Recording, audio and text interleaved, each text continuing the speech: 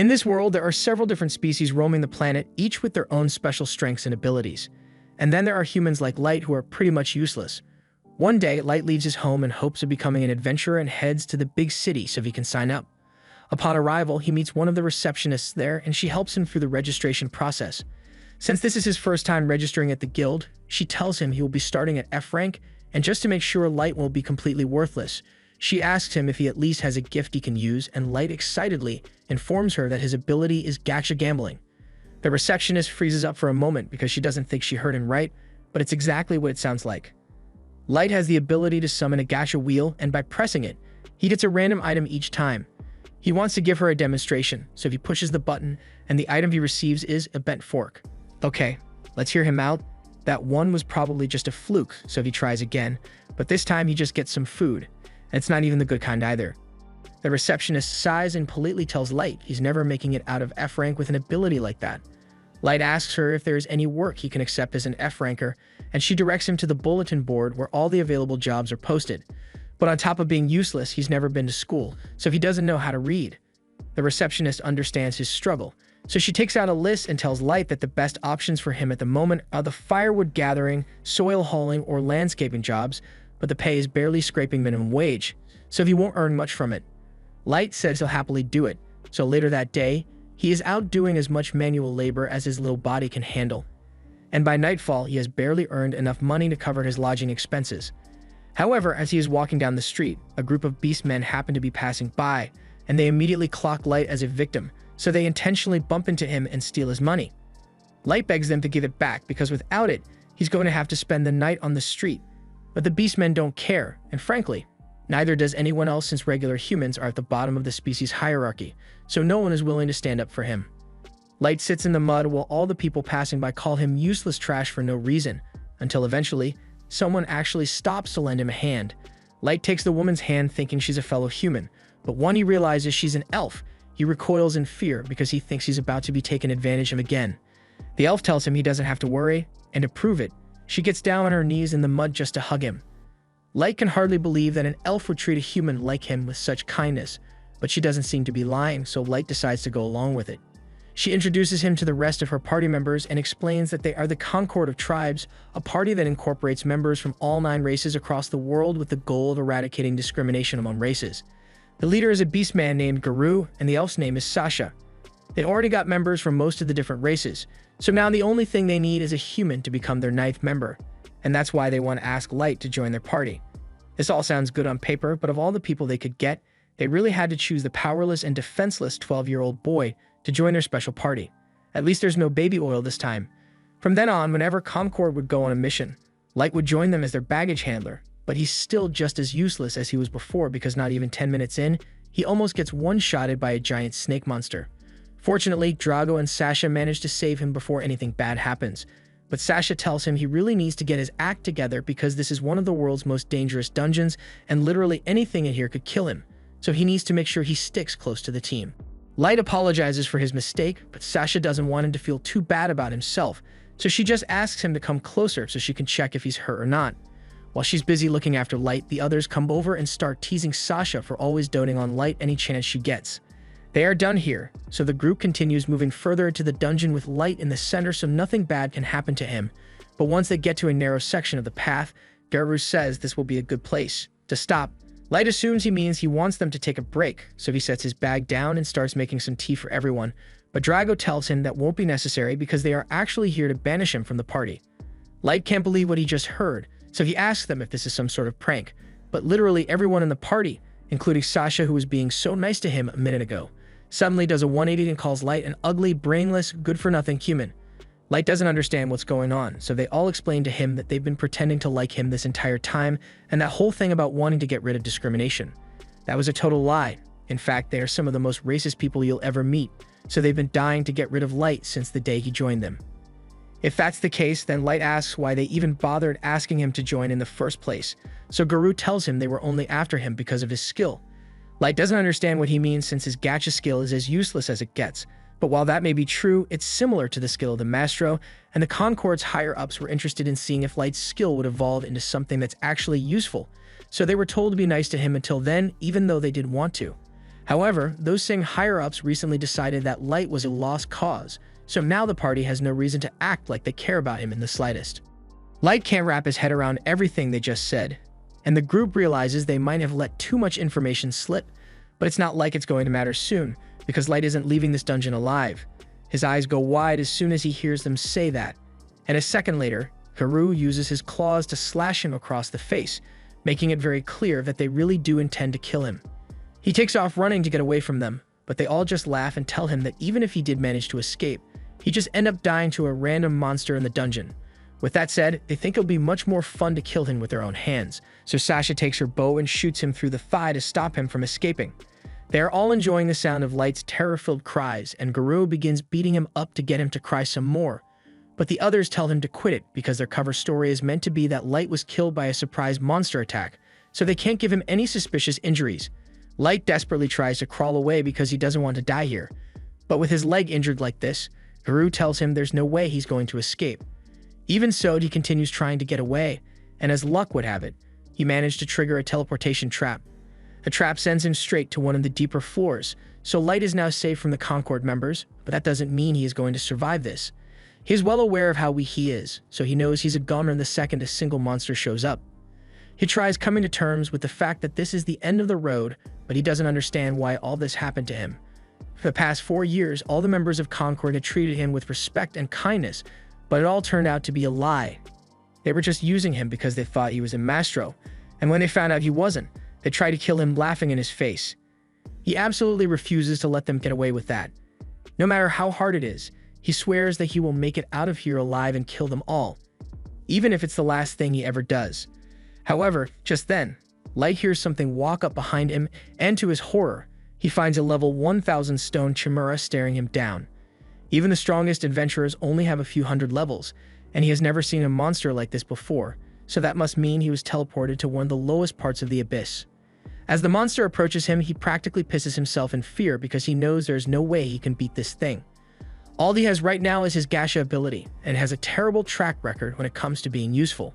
He has no other option, so he frantically starts pushing the button over and over, hoping that it will save him, and miraculously, as the monster lunges at him, his Gacha wheel transforms and a beautiful maid girl appears, destroying the monster in an instant.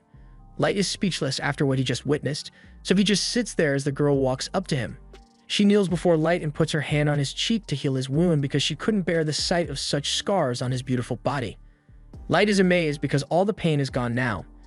The maid refers to him as Master and asks what his name is, so he tells her that he is called Light, and right there and then she swears to serve him with eternal loyalty for the rest of her life. Her name is Mai, and she is known as the Ever-Seeking Maid. As for her level, it's over 9,000. She says she is an ultra-rare pull from Light's Gacha skill, so her very being is bound to him, but Light is having trouble processing all this since he has always thought his Gacha skill was completely worthless, so it should be impossible for someone as amazing as Mai to come out of it. Mai asks him for permission to approach his ability so she can determine its true nature. Light is surprised to learn that Mai has an appraisal ability, but to be clear, she tells him that it's only one of her many skills. Light tells her she's free to appraise him, so she begins the scan, and she is truly amazed by what she sees. Light's Gacha skill has dozens of layers of protection woven into it, so only people of Mei's level are able to see its true capabilities, and from what she can tell, it can be used an unlimited number of times.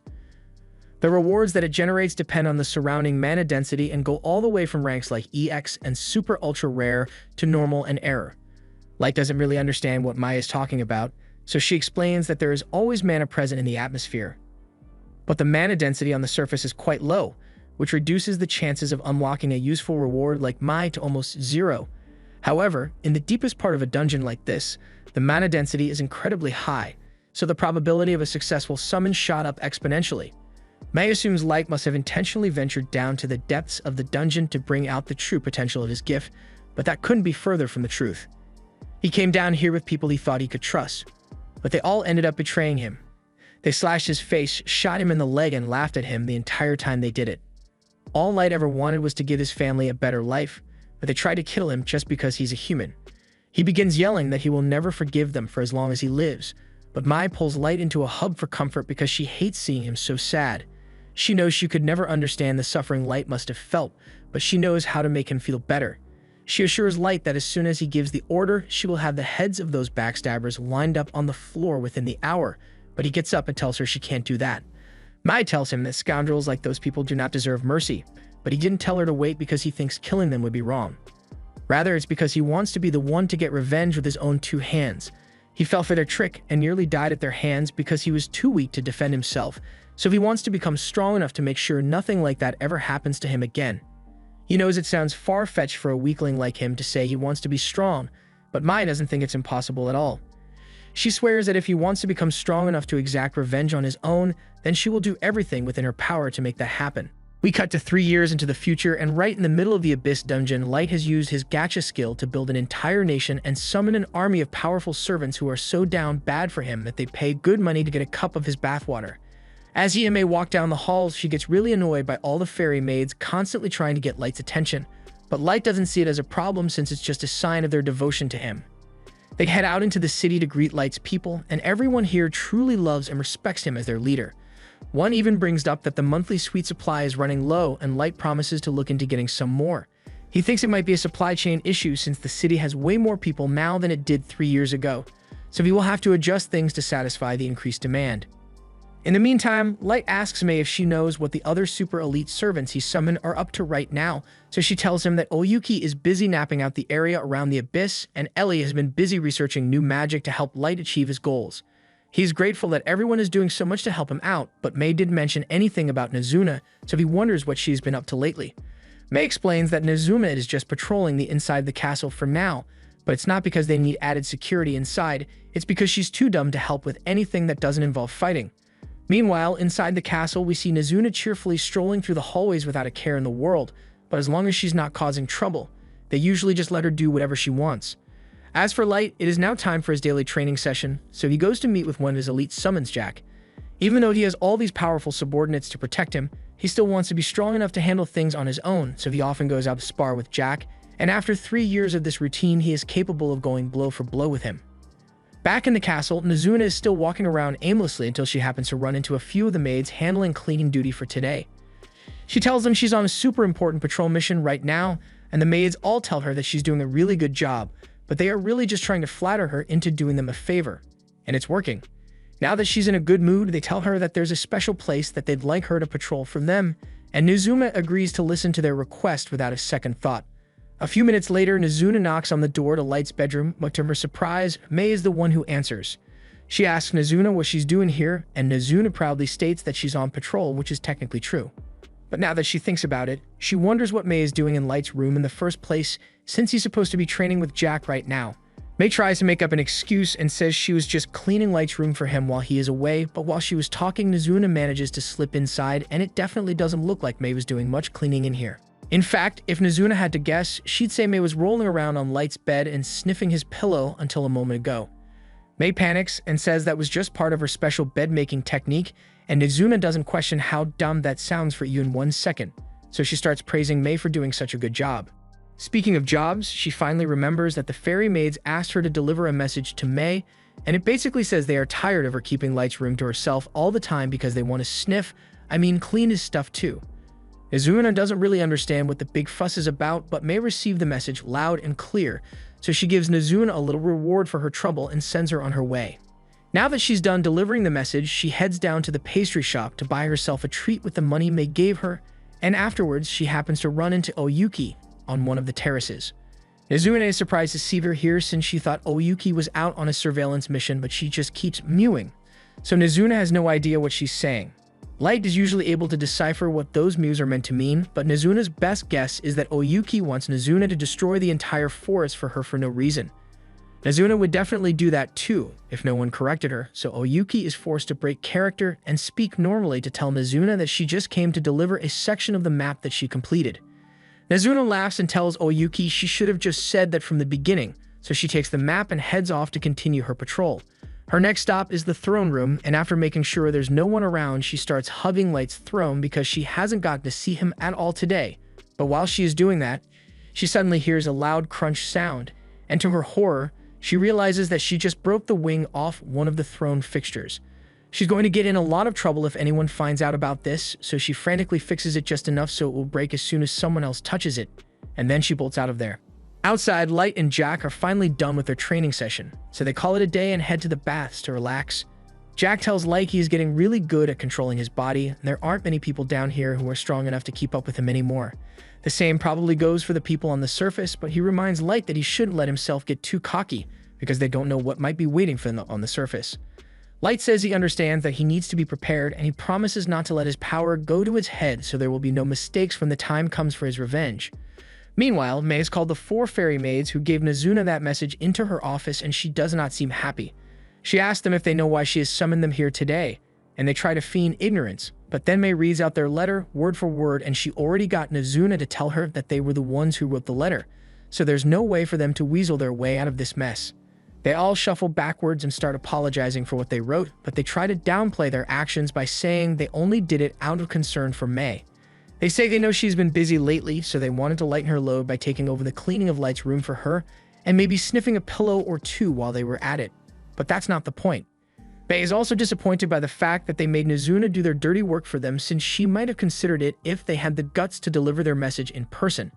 She tells them that their request has been denied, and until further notice, they will be assigned to cleaning the entire corridor that leads to the throne room. And they aren't allowed to use any magic to speed up the process either. The maids can't believe May would give them such an impossible task because it'd take forever to clean that huge corridor by hand, but May doesn't think it'd be that hard. If anything, she says she's doing them a favor since level 500s like them need to put in a lot of hard work if they ever hope to reach her level.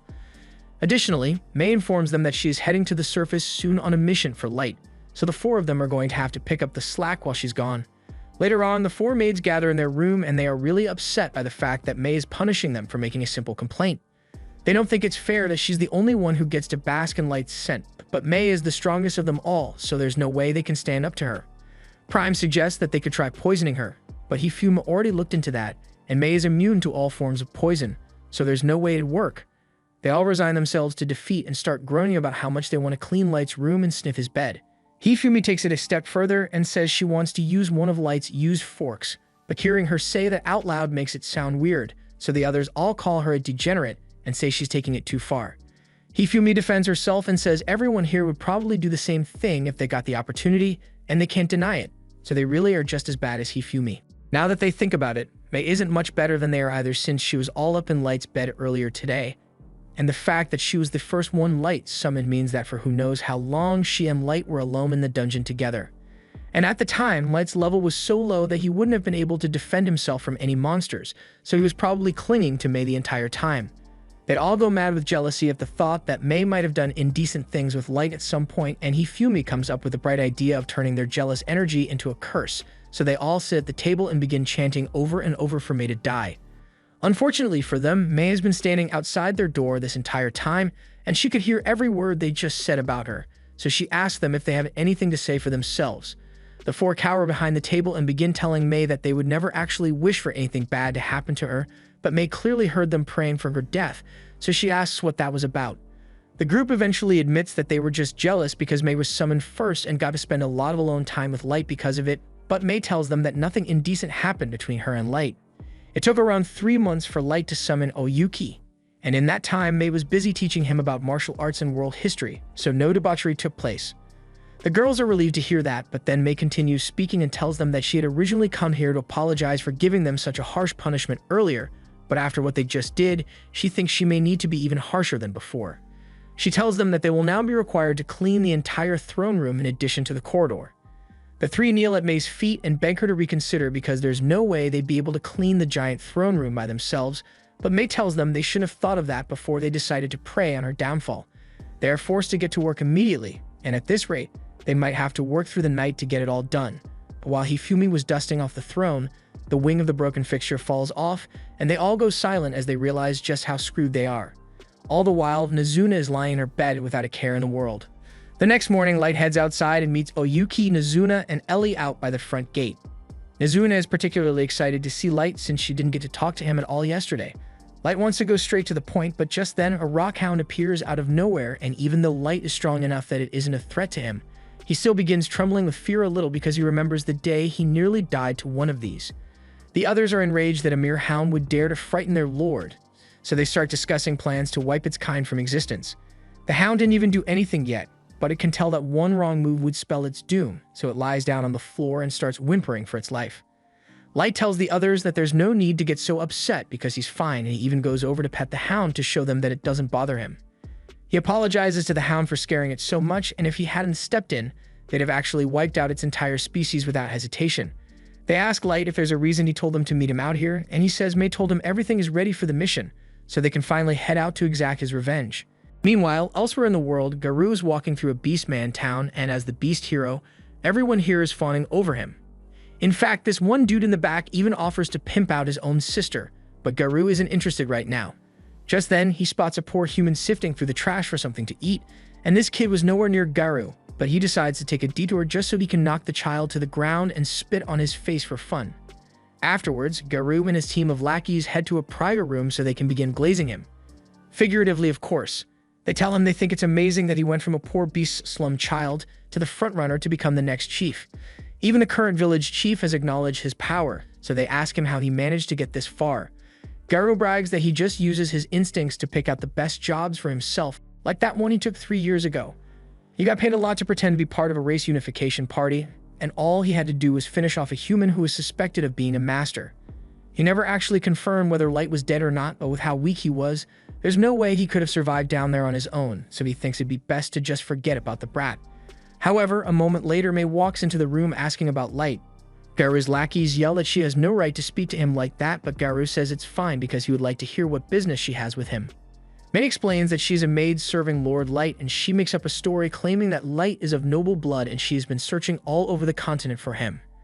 Garou is skeptical since the people who hired him for that mission did a thorough background check on Light, and Light himself never mentioned anything about being a noble, but May definitely looks like a rich noble's maid, so he sees this as a good opportunity to make some cash. He asks her what she wants with him, so May says that she recently discovered that Light supposedly passed away in the dungeon 3 years ago, so she would like Garou to lead her to his last known location so she can pay her respects. She even offers to pay him in solid gold for the trouble, but Garou's senses are warning him that this whole thing is a trap.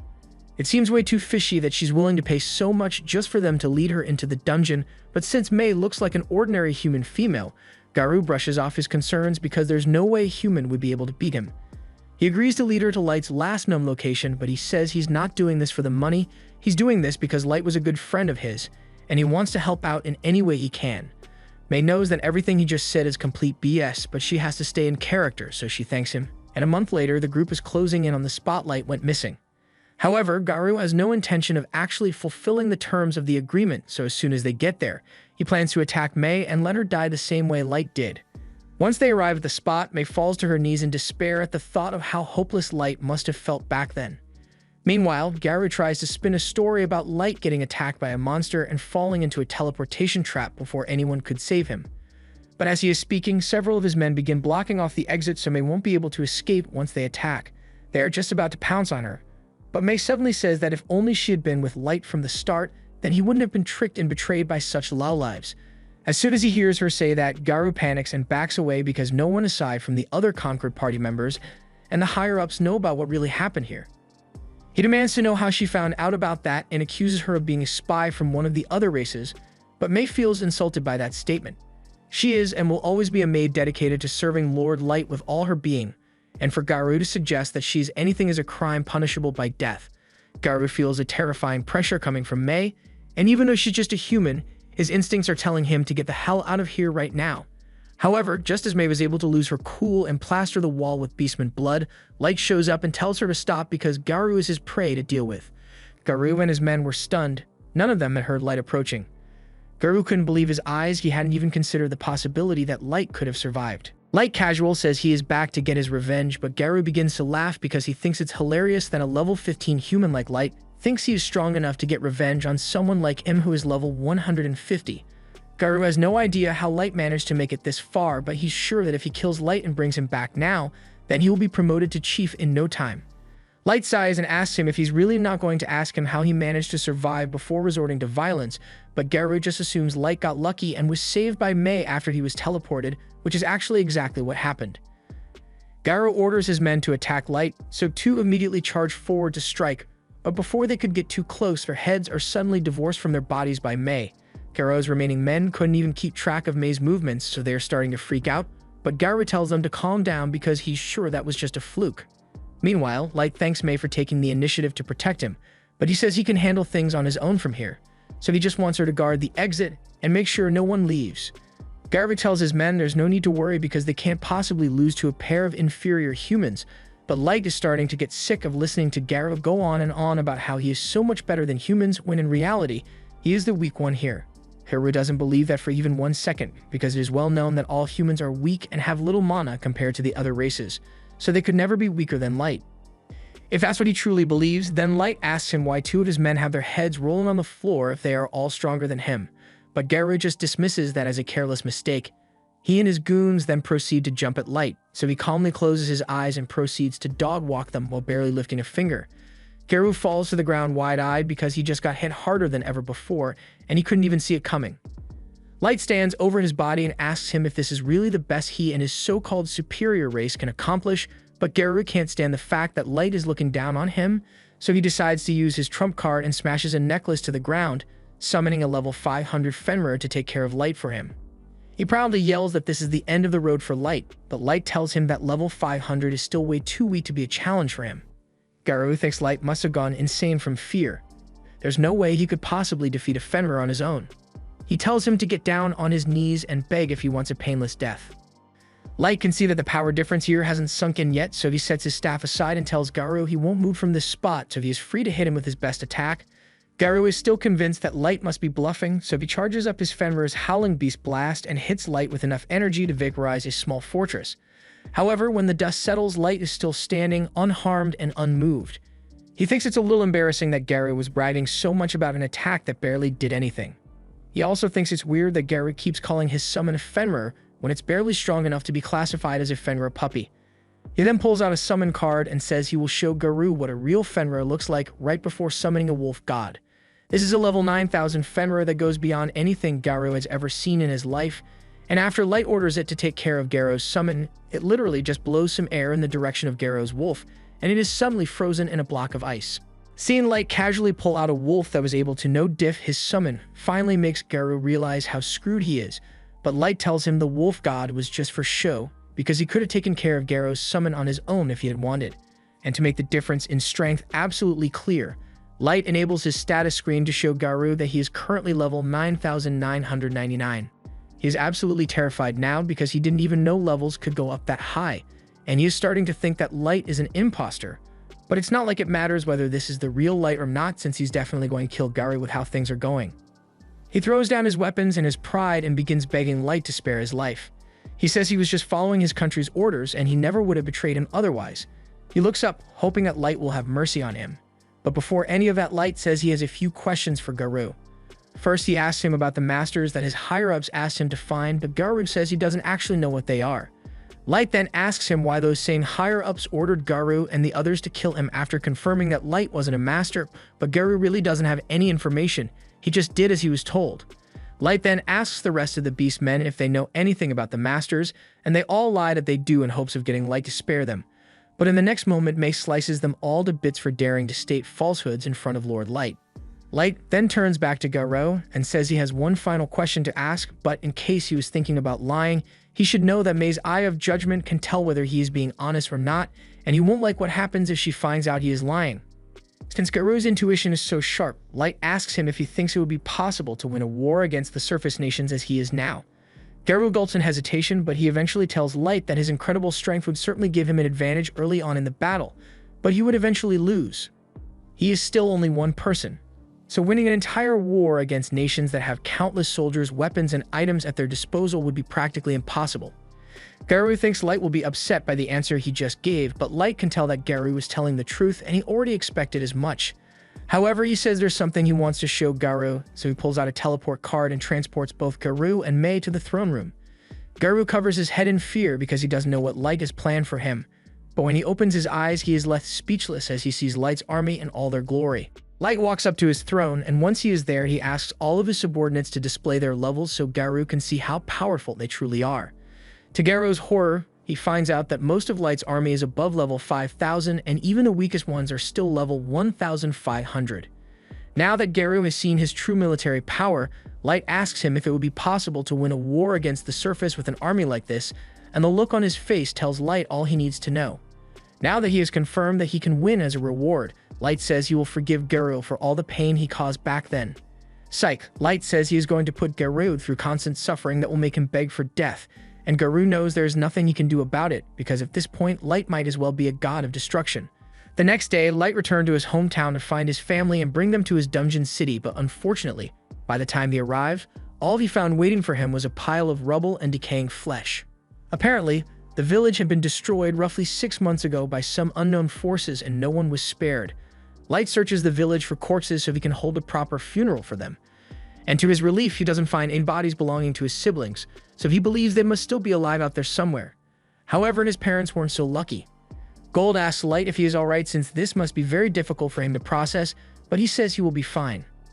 For now, they need to focus on the mission at hand, so he asks Gold and Nemumu to help gather as much information as possible.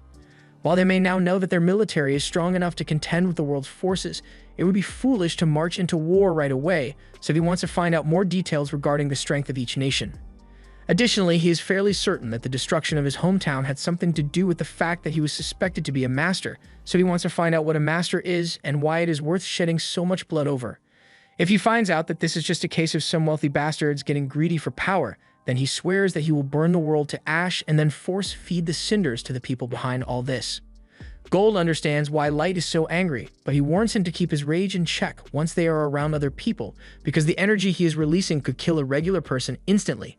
Light apologizes for the slip-up and pulls out an item called the Fool's Mask to suppress his energy and hide his identity. He then says goodbye to the graves of his mom and dad and apologizes for not being able to save them. He, Nemumu, and Gold then begin flying towards the city of Dagas, but Nemumu is curious since she doesn't know what Light plans to do once they arrive. Just then, Gold tells Nemumu that she should be careful about how she addresses their lord while they are on the surface, and Light explains to her that referring to him by his real name would tip off the people behind Concord, so instead he plans to go by the name Dark while they are on the mission. Nemumu says she understands, and as for what Light plans to do in Dagas, he tells her that he is going to register himself as an adventurer under the name Dark, and as he rises through the ranks, he will be able to gather more and more information from the guild Big Shots. After a little while, Nemumu spots the city of Dagas over the horizon, and they wouldn't want to draw too much attention by flying in, so Light suggests they should land in the forest and walk the rest of the way. Although with Gold's magnificent armor, they are going to stand out either way. As the three are walking through the forest, they come upon a scene of a human tradesman being robbed by a bunch of dwarves, and while they would have preferred to stay out of sight until they got to the city, Gold's armor comes with inbuilt sparkle animations, so the bandits immediately notice him. They then try robbing him as well, but that doesn't go so well for them, and the dwarves are all left tied up in the middle of the road. The two humans are extremely thankful that they have been saved, so they offer to give Light and the others a ride into the city as a gesture of gratitude. Along the way, the man's son talks about how amazing Gold was since he had never seen someone take out dwarves so easily before. The man assumes they must be a famous group of adventurers, but Light tells him they actually aren't even registered yet. The man is shocked to hear this, but he tells them that if they really want to register as adventurers, then Dagas is the right place to go since it has one of the biggest guilds around, and it's right near the border between the elf, dwarf, and human kingdoms. There are a fair number of humans who gather here, so it is one of the more accommodating cities for humanity. He was even able to open up a fairly successful human hotel there, and he invites Light and the others to stay there if they need a place to stay. A little while later, they arrive at Dagas, and Light and the others ask Colonel to drop them off by the city entrance since they want to walk the rest of the way. For Gold and Nemumu, this is their first time actually seeing a surface city, and they notice that there are a lot of shops around that sell armor and weapons. But Light tells them that's just because there are a lot of adventurers here. Not to mention that the Dwarf Kingdom is close by, and those guys specialize in blacksmithing, so of course they'd sell their wares here. Once the group arrives at the guild, Nemumu notices that all the humans seem to scatter whenever someone from a different race walks by, and Light takes that as a sign that humans are treated poorly in this city as well. Even if it isn't immediately obvious, he heads to the front desk to register, and as usual, he's required to start out at F rank, so Light is going to have to do a few quests to raise his rank later.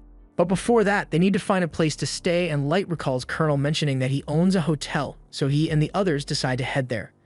Colonel is surprised to see Light again and asks what he can do for him, so Light says he has a special request to make. He tells Colonel that he would like to rent out the entire top floor of this building, and under no circumstances should anyone, even Colonel's staff, be allowed to enter. As payment, he plops a bag full of gold coins down on the table, and Colonel is left speechless because he doesn't know what to say. Light says he can pay more money if this isn't enough, but Colonel tells him this is already 10 times more than enough. He says he can't accept this kind of money from the man who saved his life earlier, but Light insists, so Colonel eventually accepts the generous offer and says he will get the rooms ready as soon as possible. A little while later, Light and the others head upstairs, and he takes out a few perception-blocking spell cards and casts them on the room to ensure that no one will be able to eavesdrop. He can finally relax without having to worry about someone spying on him, so he pulls up a chair and takes a seat so he can rest. While Light is seated, Nemumu speaks up and tells him that while she is aware that he is very powerful, and that he chose to become an adventurer here to gather information, there is always a risk that he might get hurt on the surface, so she thinks it would be safer if Light returned to the dungeon city and let them handle things here on their own. Light is a nice person, but what Nemumu just suggested is basically trying to sideline him in his own revenge plot, and that pisses him off to the extreme because she's essentially saying she thinks he's too incompetent to pull it off. Nemumu immediately realizes that she screwed up, so she begs Light to forgive her insolence, but it's too late for that. He looks like he might actually kill Nemumu for what she said, and Gold can tell that things are getting really tense, so he laughs and tells Light that Nemumu simply doesn't understand the appeal of revenge. He tells her that Light wants to exact his vengeance with his own two hands without any middleman, and that's a noble cause to work towards. Hearing Gold's lighthearted banter makes Light realize that he may have gone too far, so he gets down and apologizes to Nemumu for letting his emotions get the better of him, since he knows she only said that out of concern for his safety. But Nemumu acknowledges that this was her fault for stepping out of line with her comments, so she begs him to allow her to pledge her allegiance to him once more. Light really doesn't think that's necessary, but he agrees to let her do it anyway, so Nemumu gently lifts his foot and kisses it. In this world, a kiss to the foot is the greatest show of respect one can show towards a leader, but Light has never really been a fond of this custom, especially with how awkward it was to have all his subordinates kiss his feet one after the other when he first summoned them. Even Gold acknowledges that it's kind of weird, especially since Nemumu looks like she's enjoying it way too much. The next morning, Light and the others head for the dungeon, and as they are walking through town, a lot of people start to stare because Gold has more bling than a SoundCloud rapper, and Nemumu looks really pretty. Although the only thing they have to say about Light is that he looks weird in that mask, but that does fit his dark persona, so it doesn't bother him. There's a long line of people waiting to get into the dungeon, but Gold notices that there don't seem to be any elves here at all. Light tells him that's because the elves and the dwarves are currently in a dispute over who owns this dungeon, so they tend to avoid each other. Nemumu praises Light for always having the perfect answer to any question, and he appreciates the compliment, but he asks her if she really needs to stand so close all the time because her chest is squishing up against the back of his head. She tells him it's her job to keep him safe at all times, so she needs to be as close as possible, and before Light can argue, he notices 3 people cut in front of the line. The little one is most likely a servant, and the second one seems like someone with moderate training, but as for the guy in front, Light can tell that he carries all of his movements are sharp and precise, even with the bulky weapon on his back. He is without a doubt a seasoned fighter, and a few of the other humans are too scared to confront him, since they probably get cut down for speaking. However, Light doesn't have to worry about that, so he confronts the elf and tells him it's rude to cut in line like that. The elf becomes enraged when he realizes a human is daring to speak to him, so he reaches for his sword, but the elder he's with tells him it's not worth causing a commotion or something like this, so the warrior agrees to go to the back of the line. However, as he walks past Light, he warns him that he will make sure he regrets disrespecting him like that. Once the elf is gone, the rest of the humans in line praise Light for standing up to that bully, and the kids from earlier come over to personally thank him since they couldn't work up the courage to do so. Light tells them there's no need to thank him since he was only doing it out of self-interest, but they are still thankful. Just then, one of the kids speaks up and asks Gold if his armor is really made out of gold since everyone here is curious, but before Gold can say anything, Nemumu tells them that none of Gold's armor is actually made of gold, otherwise it'd be too weak to offer any protection. The kid is then about to ask if Gold is just wearing it for attention then, but his friends stop him because it'd be a rude question to ask. However, Gold explains that he really does just wear it for attention, since there's no better color to represent the shining example he sets as a knight. The kids ask Light and the others if this is their first time heading into the dungeon, and Light confirms this, but he asks them how they knew. The kids explain that this floor is quite expansive, so adventurers often have to camp inside, but Light's party didn't bring any camping gear with them, so he figured they must have never been inside before. Just then, the guard calls for the next party to head inside, so the kids say goodbye and run into the dungeon together. Meanwhile, Light and the others are wondering if they should start carrying fake luggage around, since even though they have everything they need stored in an item box, they wouldn't want people mistaking them for noobs. A little while later, it's their turn to enter the dungeon, and this is Light's first time entering one aside from the abyss. Dungeons are filled with mana that gets stronger the deeper you go, and it often leads to the creation of things like monsters and traps, so the inside of a dungeon is practically its own world. Once they arrive on the first floor, Light casts concealment magic on all of them so enemies can't track them down, and they all start flying towards the second floor.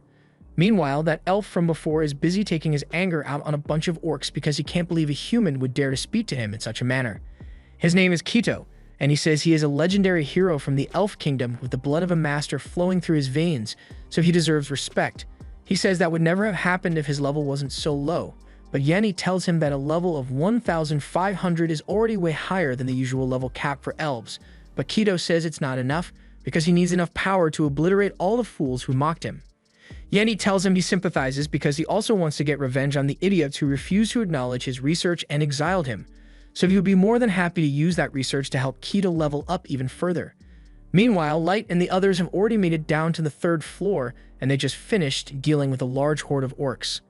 Light suggests they should start heading back now since they've gotten enough proof for the guild already, and that fight left him pretty dirty, so he wants to take a bath. As soon as Nemu hears that, she offers to wash every inch of Light's body for him once they get back, but he doesn't respond. On the way back, Light and the others run into the kids from earlier, so they head down to meet up with them, but all of a sudden they hear a lot of noise coming from the forest and dozens of wolves come running out.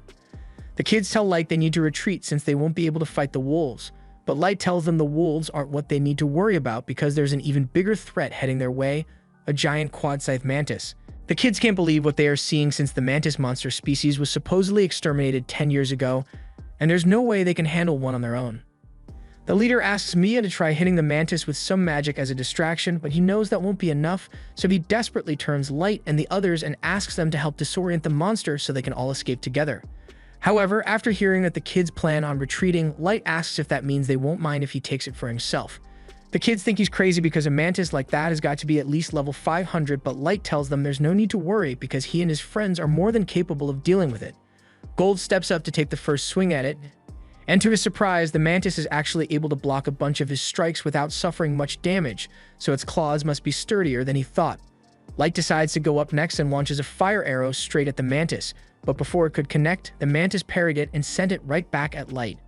As the kids watch this, they think Light and the others are in trouble, so they ask Mia to hurry up with her attack magic, but she's way too excited about what Light just did to focus.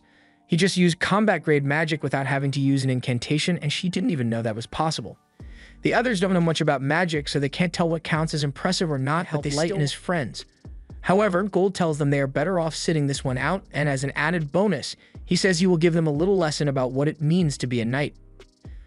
For one, he tells them that a shield doesn't need to be limited to just defense, and as the mantis attacks him, he turns around and perfectly parries its attack, shattering the mantis's claw in the process.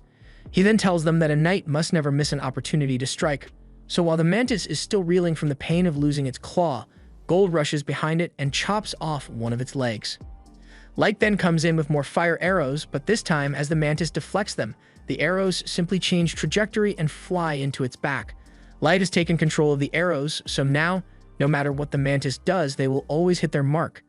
All of the mantis' limbs are eventually blown off, and it realizes it stands no chance at defeating Light, so it books it back towards the forest, and Light is surprised that it is smart enough to decide to retreat. But he's not going to let it escape after all this. He casts a firewall in front of the mantis to stop it from getting to the forest, and Mia is absolutely losing her mind because she has never seen anyone use such widespread tactical magic instantly like that. There's nowhere left for the mantis to run, but it's still got its wings, so it takes off into the sky as a final escape attempt. However, before it could flee, Nembumu leaped up after it and diced it to pieces midair. After she returns to the ground, Gold tells her that she messed up, and this gets under her skin because she thought she was doing exactly what Light wanted by destroying the mantis, but Gold points out that she also destroyed all the valuable parts, so now there's no way for them to sell any of it when they get back to town. Nembumu soon realizes she really did mess up, so she immediately starts begging Light for forgiveness, but he says it's not a big deal. Meanwhile, the kids are all standing off to the side, wondering whether they really just saw a human defeat a quad-scythe mantis or if they hallucinated the entire thing. A few minutes later, while sifting through all the mantis goo, the kids happen to find its magic gem, and by sheer luck, it's still in one piece, so Light will be able to submit it as proof of his accomplishment. But before he leaves, one of the kids approaches him and asks if he is from a famous party of adventurers or something because he seems way too strong to be a newbie. However, Light informs them that they are all indeed F-rankers, and the kids don't know what to believe anymore. Now that the fight is over, Mia uses her magic to create a water ball and offers to let Light use it to wash the mantis goo off himself. Light is grateful that she would use her precious mana to allow him to wash himself, but she says this is the least she could do. Since it's getting late, the leader asks Light and the others if they would like to camp out with them for the night. Partially because it's dangerous to roam around once it gets dark, but also due to the fact that Mia really wants to talk about magic with Light, and since there's no harm in it, Light agrees to stay. While the group is eating, Mia asks Light all sorts of questions about his past, but he can't exactly reveal his plans to her, so he makes up a fake backstory and says both of his parents were powerful mages, which is why he is so good at casting magic without incantations. That makes sense to Mia, but her brother says he still doesn't understand why it's so impressive. After hearing him say that, she goes on a long rant about how incredible Light's magic was. There are three main classes of magic, namely the combat class, magic that can be used on a single target, tactical class, magic that affects a wide area, like the firewall Light used before. And finally, there's strategic magic, which has the potential to affect the world on a global scale. It includes things like creating earthquakes or meteorite strikes, but it usually requires a group of elite mages pooling their mana together and reciting incantations to pull that off. For the other races, casting advanced spells is easy, but humans, on the other hand, are rarely able to achieve such a thing. That's why she was so amazed that a human like Light could pull off such a feat. Mia's brother still doesn't understand much about magic, but from what Mia has said, he can tell that Light must be truly incredible. However, he tells Mia to give herself some credit as well, since her magic was good enough to earn her a referral to the Magic Academy from the Duchy. This gets Light's attention, so he asks if they are referring to the one in charge of the nation formed jointly by all 9 races, the Principality of 9. Mia confirms this, and Gold acknowledges that she must be a talented mage to have been recognized by the Principality. Mia's brother agrees, but unfortunately, both of their parents passed away from a plague, so she couldn't afford to attend the academy, and they were forced to create an adventuring party with 2 of their childhood friends, Jimra and Wordy, just so they could get by. Right now, their goal is to earn enough money from exploring dungeons to send Mia to the academy, but Mia says she's happy just getting to spend time with them, so they don't need to push themselves too far for her sake.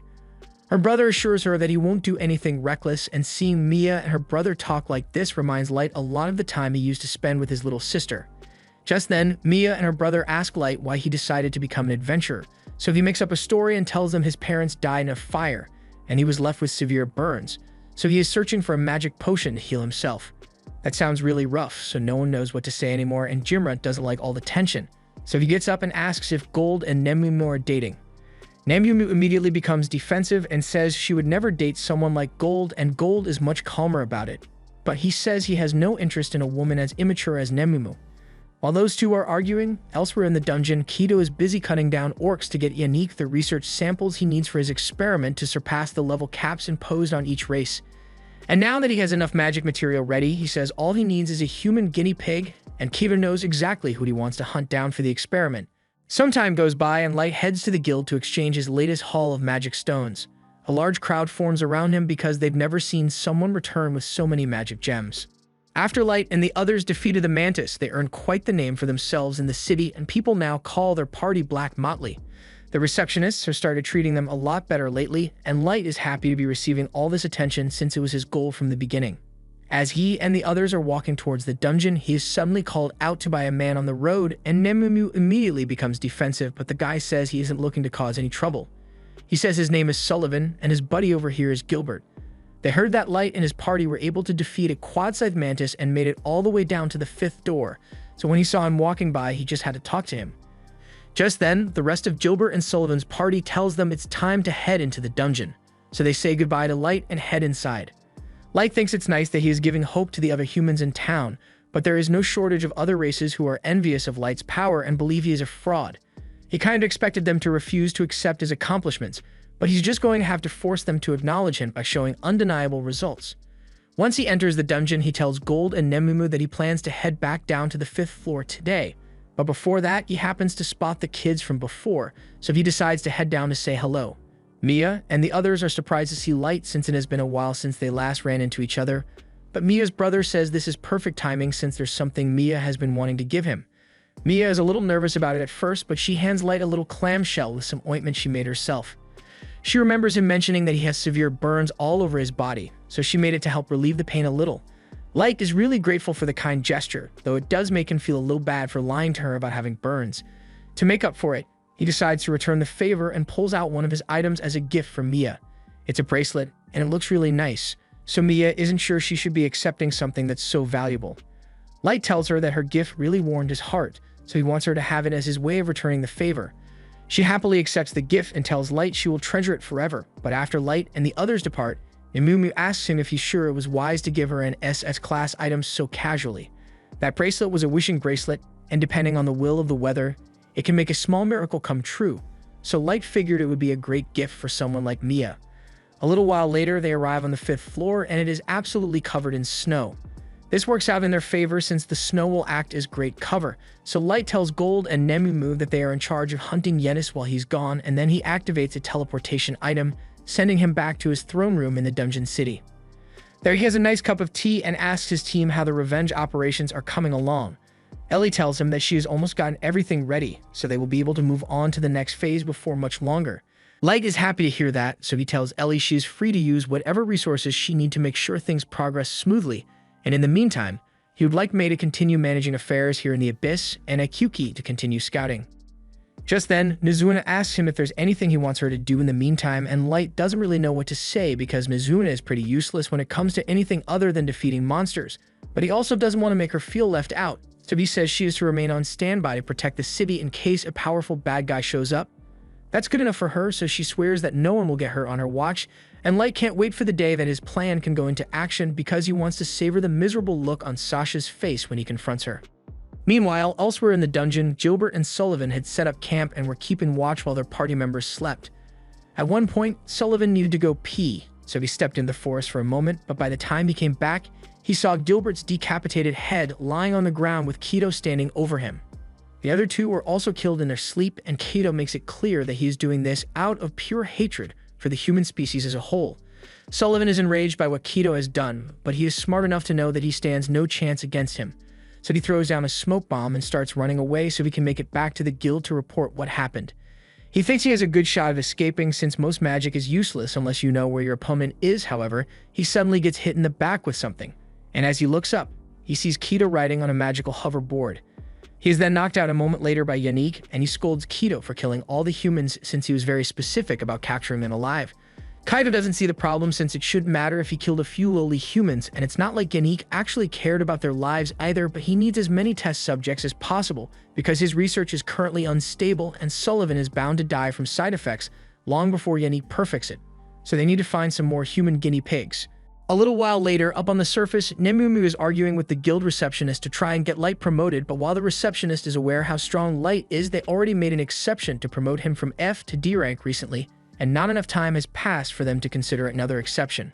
However, she does tell him that if he accomplishes something extraordinary again, the guild would have no choice but to promote him, so Light decides to try it. After looking around for the day, he finds a flyer talking about an unknown adventurer killer, and tracking this killer down should be enough of an accomplishment, so he decides to hunt the killer down. However, he has no leads to go off of, so it is going to be difficult. Gold suggests he could use his Gacha ability to get a card that will help track the killer down, but Light tells him that the cards he gets are completely random, so the odds of him receiving a tracking card are really slim. In that case, Nemumu asks if they should return to the Abyss to get someone who has skills more suited for tracking, and that does sound like a good idea, but it would take too long and he doesn't want to waste too much time catching the killer. They seem to be targeting exclusively humans, and he doesn't want to let that go unpunished. Just then, the three feel a space rift open within the room, meaning something is about to show up, so they get into battle formation and wait to see what it is. However, to Light's surprise, when the portal opens, he sees Mia fall out of the portal unconscious, and after catching her, the miracle bracelet he gave her breaks in two. Light has no idea what happened to her, but he knows it must be bad, so he carries her to bed, and as he does so, he can hear her mumbling to herself about how she needs to hurry and inform him of something. He casts a healing spell on Mia to help her recover, but she's still in no condition to speak, so Light apologizes, but he's going to need to pry into her mind a little. He casts a powerful mind spell on her, and as he does so, he sees a flashback to Mia and the rest of her party meeting a second group of adventurers. The second group warned them to be careful, because there have been reports of an adventurer killer going around, and the guy apparently only targets humans. The kids had heard about it, but they were under the impression that it was just a rogue monster. However, now that they think about it, a monster wouldn't target humans specifically. After hearing this, Mia got worried because she knew their party wouldn't stand a chance if the killer attacked them, and the same goes for the other group of adventurers, which is why they plan to get out of here as soon as possible. Before the second party leaves, they tell the kids that they should probably leave the dungeon as well, since until the killer is caught, it won't be safe for humans down here. The kids took the warning seriously and decided to leave as soon as possible, but since they weren't expecting to have to make a sudden hike back to the surface, they are all really tired. Due to this, they weren't able to make it back before nightfall, but they couldn't afford to stop since they did know when the killer might strike again. And in a stroke of bad luck, a moment later they hear Yannick's voice telling them that it's dangerous to be out here this late at night. At this point, the kids have no idea that these two are behind the killings, so Mia suggests they should warn them. The group tells Yannick and Kido that there has been a string of killings happening down here, so it would be safer to return to the surface for now. Kaito and Yannick thank them for the valuable information, and at first the kids are relieved since they think that must mean they are just normal adventurers like them. But then Yannick starts talking about how he wishes he had put more effort into covering up his and Kido's attacks since the news spreading has caused all the human adventurers to wise up and avoid the dungeon. As soon as the kids hear him say that, their blood runs cold at the realization that the killers they were so worried about are the people who are right in front of them. And Kido seems to really be enjoying the look of pure terror on their faces. The kids are all terrified, but they know there's no way all of them will make it out of this even if they run, so the three boys takes out their weapons and tell Mia to flee while they buy her some time. Kaito feels insulted that lowly humans would think they stand a chance against him, so as Mia's brother charges forward, he slices him across the chest without a second thought. He does the same to the other two as well, and while they aren't dead yet, their wounds are so severe that they are practically knocking on death's door. Even so, they still force themselves back to their feet and yell for Mia to run away while they charge at Kito, and this infuriates Kido even more, so he decides to kill them outright. Yannick yells at him for this because he won't be able to use those two as guinea pigs now that they are dead. However, Kido tells him to shut up because there's no way he was going to let them live when they were so disrespectful to him, fighting for their lives and stuff. So Yannick should still be able to carry out his experiments. Yannick admits that a magician is especially valuable as a research subject, but he says those boys could have been just as valuable, so Kido promises not to kill any more guinea pigs from now on. But before Yannick begins experimenting with Mia, Kido plans to do some terrible things to her just for fun, and even Yannick doesn't want to be involved in that debauchery. So he just reminds Kido to make sure Mia doesn't die and turns away. Mia is terrified as Kido looms over her with nefarious intent, but before he could do anything, her brother suddenly gets back on his feet and yells for Mia to run. Yannick is amazed that he managed to cling on to life despite his severe wounds, and that's the kind of tenacity he needs in a test subject. So he tells Kaito to make sure he captures the boy alive at all costs. His body is on the verge of giving out, but that doesn't matter to him right now because the only thing on his mind right now is making sure that Mia gets out of here. He tells her again to run away, and as much as she doesn't want to leave her brother behind, she knows this is the only chance she will get since Kaito is currently distracted, so she turns and starts running. As soon as Kaito realizes she is escaping, he prepares to chase after her, but Ilio attempts to strike him, and while he had no hope of actually injuring Kaito, it's enough of a distraction to buy Mia a few more seconds to escape. Kaito really wants to just kill Mia's brother and get this over with, but Yannick reminds him that he needs the boy alive so he can't cause any fatal wounds. Meanwhile, Elio has been muttering to himself, trying to figure out a way to buy as much time for Mia to escape as possible, and he thinks back to the lesson he learned from Gold when they first met. Gold said that it is normal to assume that a sword is for attacking and that a shield is for defending, but battle is about creativity and skill, so you need to be able to surprise your opponent if you want to win. Elio puts that lesson into practice here and throws his sword at Kaito. Kaito assumes this must be his attack, so he leans back to dodge the blade, but while he wasn't paying attention, Elio closed the distance and clocked him in the jaw with his shield, knocking Kaito over. That's the best Elio could do, but he is really proud of himself because even if he is going to die here, at least he managed to land a clean blow on Kaito. Kaito can't believe a lowly human was actually able to land a hit on him, and he feels so humiliated and enraged that he completely disregards Yannick's request to keep Elio alive and uses his sword to shoot a light spear straight through his abdomen. He somehow didn't die instantly from the attack, and Kaito plans to make him suffer as much as possible for daring to strike his majestic face, but Yannick stops him and says he needs to go after Mia immediately because if she manages to escape, things will get complicated once the guild finds out about what they've been doing here. Kaito is still angry, but he understands Yannick's point, so he turns around and starts chasing after Mia. Mia has been running as fast as she can for a while now, but before she could make it to the exit, Keto blocked her path with 3 light blades. Mia is in disbelief because she didn't think he would be able to catch up so quickly, but Keto possesses the Elf Nation's Phantasm class weapon, the legendary sword Grandius, and it allows him to create as many blades of light as he wants and move them around at will. He tells her there's no use running since with his blades. Catching up to her is a trivial task, but Mia still refuses to give up. She casts a spell and launches a few icicles at Keto to break his line of sight so she can escape into the forest, but after running for a few more minutes, Keto finds her again and knocks her to the ground. He tells her she should be grateful that she will be sacrificed for the benefit of a future legendary hero like him, but Mia yells that he doesn't deserve to be called that. The title of legendary hero is reserved for people who are both strong and kind like Light, but Keto, on the other hand, is nothing but a loser who enjoys bullying those weaker than him. Hearing that strikes a nerve for Keto as he recalls how the other elves all mocked him for being a good-for-nothing bully who was only willing to pick on the weak. It was part of the reason he was banished from elf society in the first place, but he refuses to accept that he is the problem and instead blames everyone else around him for not recognizing how great he is. He loses his mind in anger and forgets all about keeping Mia alive, so he is about to strike her down, and Mia can tell that there's no escaping this attack, but she still refused to give up and was desperately trying to think of a way to get to Light so she can ask for help, and that's when the bracelet kicked in. Back to the present, after learning of everything Mia and the others went through, Light is beside himself with anger, so he tells Gold and Nemumu to get ready to head out, because he's about to crash out on those elves. Back in the dungeon, Yannick is trying to heal Elio's wounds, but from the state his body is in, it looks like it's already too late to save him, and he is really upset about losing such a valuable specimen. Just then, Keto returns and Yanni asks him if he managed to capture the girl, but he says he lost track of her, and as soon as Yanni hears that, he starts panicking. He asks how Keto could let himself be bested by a little girl, but Keto says it wasn't his fault because how was he supposed to know that she would just vanish into thin air like that? Yanni can't believe it since there's no way a human child like her would have a teleportation item on her, but that's definitely what happened, so he needs to face the facts. And the facts say the two of them are screwed. If Mia reports what happened to the guild, it will only be a matter of time before word reaches the Elf Nation, and as soon as they figure out where Keto is, they are going to come after him for stealing the Grandius sword. To make matters worse, the Elf Nation will almost certainly send the head knight after them as well, and he is said to be around level 3000, with all of his personal knights under him being at least level 2000. In other words, Keto and Yannick by extension are cooked. Their only shot at surviving now would be to try out Yannick's research in order to make Keto strong enough to face off against the Elven Knights, but before they could leave to do so, Light suddenly shows up, and he tells them they won't be going anywhere. Keto recognizes Light as the guy who called him out for skipping the line when he first came into the dungeon, but he doesn't understand how a human could possibly sneak up on him like this when he's 1,500. Light is saddened to see Jimra and Wardy lying lifeless on the ground, and it is already too late to save them, so he closes their eyes and apologizes for not getting here sooner.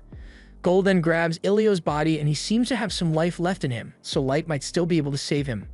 He casts healing magic on Elio and then turns back to ask Keto why he would do something like this. Scratch that, he doesn't care what self-centered reason they may have because they made his friends suffer, and he swears on his name that he will make them suffer pain so unbearable that they will beg for the sweet release of death. Light asks Nemumu and Gold to stay out of this because he wants to handle it on his own, and Keto is offended that Light seems to think he can defeat him alone. He is sick of insignificant humans defying him all the time even though he is vastly superior, so he says he will take his sweet time torturing Light before killing him. But after launching his first strike, Light is easily able to stop it with his staff, and he is a little disappointed in Keto because he was expecting more power from him. He loses his shit after Light nearly knocks him out with his staff and decides to use his sword's full power to take him out, but despite dozens of blades close being shot at Light, he is easily able to counter them all with some ice magic, leaving Keto in utter disbelief. He begins throwing a temper tantrum because he can't accept that a human is actually better than him, and he starts talking about how with the great sword of the ancient Maestro, he shouldn't be losing like this. Light honestly wasn't paying much attention, but as soon as he heard Keto mention a Maestro, he becomes invested because this is the kind of information he's been looking for. Light asks how Keto knows about Maestros, but he laughs and says there's no way he wouldn't know about it. After all, he was born with the blood of a Maestro. After learning that Keto is a descendant of a master, Light tells Nemumu and Gold that there has been a change of plans. He was originally going to just kill Keto, but now he wants to take him back to the abyss and rip as much information as he can right out of his head. The two understand, so they tell him they'll handle Yannick while he's busy with Keto. but Yannick doesn't think it's fair that they are ganging up on him when he isn't a combatant. However, he has something prepared for situations like these, so he points their attention towards the two servants he has behind him, and they begin to transform, revealing that they are the results of Yannick's human-monster hybrid experiment. He then begins ranting about how he combined humans with monsters in order to surpass the natural limit on their bodies, and he would have done a lot more than this. But it takes a lot of human lab rats to make a stable hybrid, so he plans to gather even more humans to experiment on whenever he gets the chance. Nemamu, Gold, and Light are disgusted by Yannick's actions, but what's even more horrifying is the fact that Light actually recognizes one of them. It was the man he met in town a while back, and he regrets not being able to save him from falling victim to Yannick's twisted experiments. But there's nothing he can do to save him now, so Light asks Nemamu and Gold to put the monster out of their misery.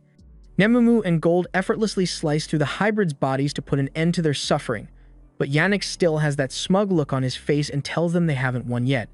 He designed the monsters to be able to regenerate from any damage they take, so they are going to have to do a lot more than that if they want to kill the hybrids. Light is starting to get a little concerned about Nemamu and Gold, but he doesn't have any time to go check on them because Kaido keeps spamming sword blasts. Nemamu and Gold try slashing at the hybrids a few more times, and no matter what they do, the monsters keep regenerating, and Yannick is calling them fools for thinking they could defeat his creations. Nemamu and Gold are getting sick of listening to Yannick's constant prattling, and they don't want to prolong the suffering of the unfortunate humans, so they decide to use their special moves to end their suffering quickly. They both coat their weapons in mana and slash at the hybrids, and Yannick begins mocking them again because he believes they stand no chance of killing his monsters. But then he realizes the hybrids aren't getting back up, and they look pretty dead to me. He begins panicking because he can't believe all the fruits of his research could be erased so easily, but while he's standing over the ashes of his victims, Nemamu comes up from behind and kicks him in the nuts to make sure she doesn't have to listen to any more of his nonsense. As for Light, he has been overwhelming Kaido with his magic for a while now, and every time an attack comes close to hitting him, Kaido gets a look of sheer terror on his face, and Light finds this amusing since Kaido was acting all high and mighty a moment ago. Kaido refuses to let a worthless human look down on him, so he gets back up and activates the Holy Sword's ultimate form, enchanting the blade with multiple types of magic and extending his effective attack range. Light is somewhat impressed since the sword seems incredibly versatile, but as cool as it looks, Kaido's aim is garbage, so he can't hit Light at all. He starts whining that Light is a coward for dodging the attacks, and says Light would be dead meat if he could land a hit on him. That's kind of the whole point of dodging attacks in the first place, but Light decides to humor Kaido a little, so he stands perfectly still and tells him to take his best shot. Kaido thinks Light must have gone crazy, but there's no way he's passing up this opportunity, so he raises his sword and leaps into the air to land a clean strike on Light. But while the sword strike definitely connected, it didn't actually do much. Kaido can't believe what just happened because it should be impossible for a human to tank a direct hit from Grandius, and just to make sure the difference in strength is clear, Light tells Kaido he can keep trying if he wants. Kaido takes swing after swing at Light, and every single attack does absolutely zero damage, until Light eventually gets sick of being hit and shatters Grandius's enchantment. He then gut checks Kaido and sends him flying with a punch to the face. By the time Kaido finally stops rolling on the ground, his face is messed up, and Light stands over him menacingly. He says he has a lot of questions for Kaido, so he won't kill him yet, at least not until he has suffered pain several times worse than what he put all his victims through. Kaido can tell that Light isn't bluffing, and there's no way he can fight his way out of this situation, so he resorts to begging for his life. He tells Light that he is from the Elven Nation, and he was once next in line to become captain of the White Knights, so he will give Light whatever information he wants as long as he has mercy. Kaido looks really pathetic right now, and the sight of his face really pisses Light off because he was calling himself a legendary hero before, yet he is giving up so easily. A hero is meant to fight to the bitter end for what they believe in, even when the odds aren't in their favor, but as arrogant as he is, Kaido couldn't even do that. If anything, Elio, Gimra, and Wardy are the real heroes here, because they stood up to Kaido and Yannick to protect Mira, even though they knew they stood no chance. Light apologizes to the corpses of Gimra and Wardy for not being able to save them, but he says he will do everything in his power to make sure Elio survives, so they will be heading back to the Abyss immediately. Just then, Kaido speaks up and asks what's going to happen to him, so Light says he is going to take him and Yannick back home as well because he has a lot of questions he wants answered. A moment later, Light activates his teleportation magic, and by the time Kaido and Yannick open their eyes, they are shocked to find themselves in a completely different area. Yannick can't believe what just happened, so he asks Light where they are right now, and he is told that they are in the deepest part of the Abyss dungeon. Yannick is shocked when he learns that they were sent all the way from the dungeon in Dagas to the Abyss dungeon, but he doesn't understand what Light brought them here for. Light says this is just where he lives, but Yannick and Kaido refuse to believe that any person would be willing to live in the world's most challenging dungeon. As soon as they say this, Nemamu starts stomping on Yannick's back for daring to imply that Light is lying, and moments later, the others arrive to see what all the commotion is about. They are pleased that Light has returned to pay them a visit, but they wonder why he brought those ugly elves with him. Light explains that these two are heinous criminals who conducted horrific experiments on innocent humans, resulting in the deaths of many, including two of Light's friends, but they happen to have information on what a master is, so he decided to put off killing them for now. As soon as the girls hear what Kaido and Yannick have done, they all start staring at the two with murderous intent and talking about all the ways they plan to make them suffer for what they have done. Light expected that kind of reaction from the four of them, but he makes it clear that they aren't allowed to kill these two until they have gotten every last bit of information about masters from them, and they all agree to hold themselves back if that's what Light wants. In the meantime, Light asks Gold to take care of healing Elio, and he wants Nemamu to come with him because he plans to give Gimra and Wordy a proper funeral.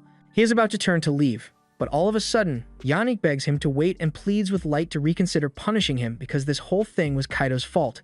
But Kaido says Yannick is the one to blame because he told him he would be able to help push past his physical limits as long as he helped gather research subjects. They begin arguing over whose idea this whole thing was in the first place, but Light cuts them off and asks a simple question. While they were parading themselves around like gods, killing and torturing the weak humans like worms, did they ever show mercy when they begged for their lives? Kaido and Yannick completely freeze because they know they never showed even an ounce of mercy to any of their victims, and their silence tells Light everything he needs to know. So he says they will be getting the same treatment, and there's nothing they can do about it. A little while later, Mia wakes up at the inn in Dagas, and she sees Light sitting next to her bed.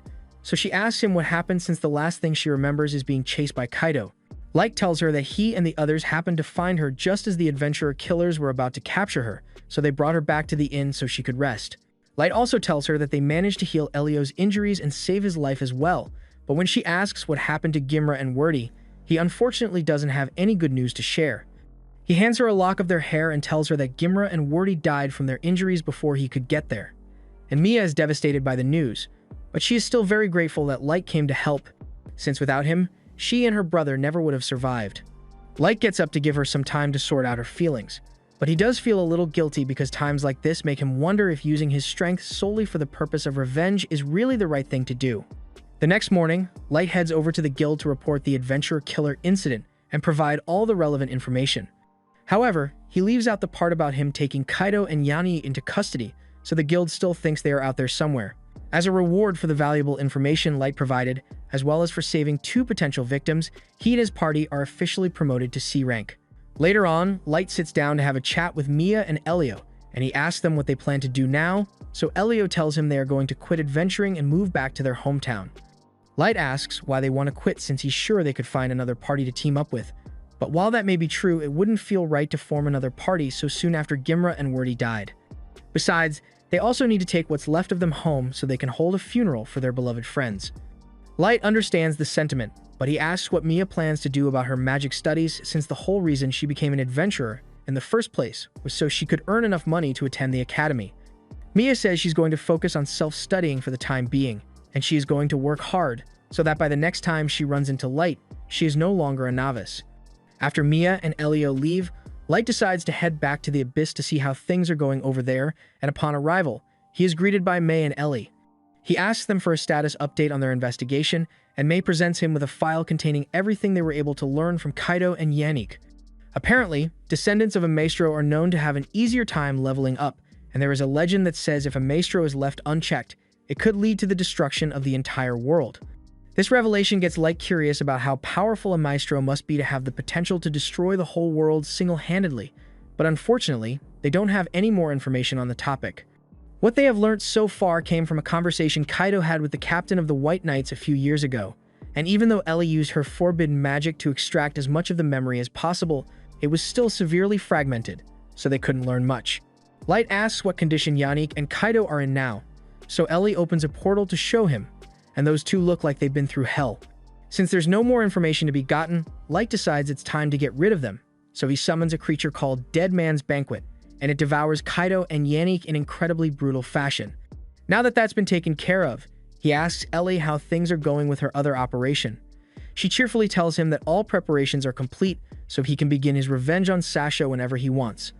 But first, she'd like to start by capturing the White Knights since all their members are apparently sub-maestros, and she isn't sure what they are capable of. The vice captain of the White Knights, Mikhail, also happens to be engaged to Sasha, so Ellie thinks he would make a good hostage, and Light is impressed by how well she has thought this out. Meanwhile, over in the Elf Nation, Sasha is having a good old time telling Mikhail about how she betrayed and made Light beg for his life with a pitiful expression on his face, and Mikhail seems to be enjoying the story a lot. He even wishes he could have been there to see it in person, because he was sent once on a mission to eradicate a human village, and he loved how pitiful the humans looked as they begged for their lives. The two of them are having a lot of fun talking about how much they enjoy watching humans suffer, but at the same time, Light is getting ready to repay Sasha for all the pain and suffering she inflicted on him. This was the end of episode 7. Subscribe to not miss the next part.